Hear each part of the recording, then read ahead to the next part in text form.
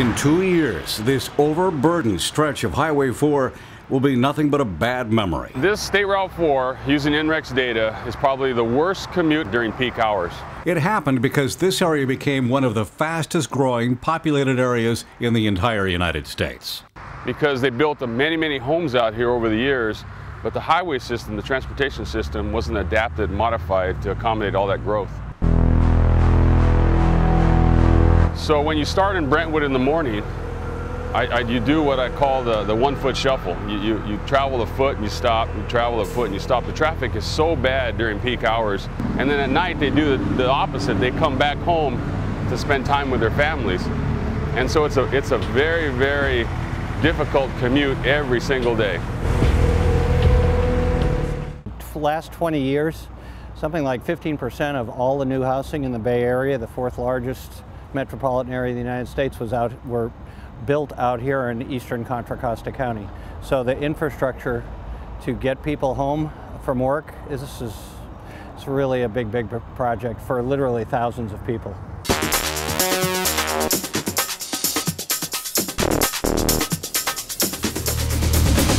Commuters are now experiencing one of the biggest transportation improvement projects in the nation, spearheaded by the Contra Costa Transportation Authority. That's the beauty of what we're doing out here is we'll widen Highway 4 from 4 lanes to 8 lanes, but we'll also extend BART so the commuter will have options. They can choose to take BART all the way into San Francisco if they would like, or they can get in their vehicle and they can drive. So the combined project plus the bypass, what we invested in the bypass, is about $1.3 billion. The money comes from several funding sources. There's very few projects, unlike Sand Creek here behind me. This project was funded out of Proposition 1B, Corridor Mobility Improvement Account dollars. So it's one funding source. The design for this project was paid for by Measure C. And so if you look at the project, it's a compilation of federal, state, and local funding. When I go grocery shopping on the weekends, everyone's, how soon, when's it going to get finished? With all the construction going on out here, it is rather massive in scale.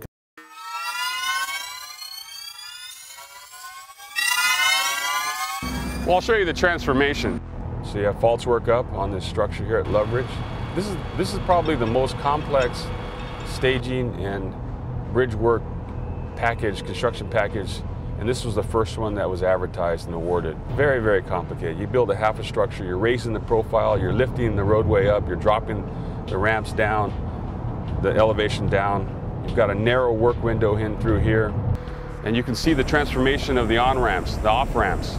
They're more efficient, more predictable, nice long, orderly kind of on-ramps and off-ramps. The project is bringing jobs right now. A lot of people are working on this project. You've got $1 billion investment. Thousands of people are put to work. Workers that come in here, they live here, and so they spend money in this area. And the project, it's believed, will bring many more permanent jobs when it's done. When we finish this project, you'll be able to get into East County more efficiently, more effectively, and I think hopefully some of the providers of jobs will see that, and it's all based on a good transportation system. eBART will be completed after the highway expansion is finished in 2015. When the $1.3 billion project is over, commuters will get back 40 minutes a day in travel time. It's like the wow factor. The community here is saying, wow, they finally got it under construction. A critical piece for the transportation people is, wow, it really works. And I think here on this project, they're going to find that, wow, it really does work. And I can't wait for that day. On the Highway 4 project, Mark Jones reporting.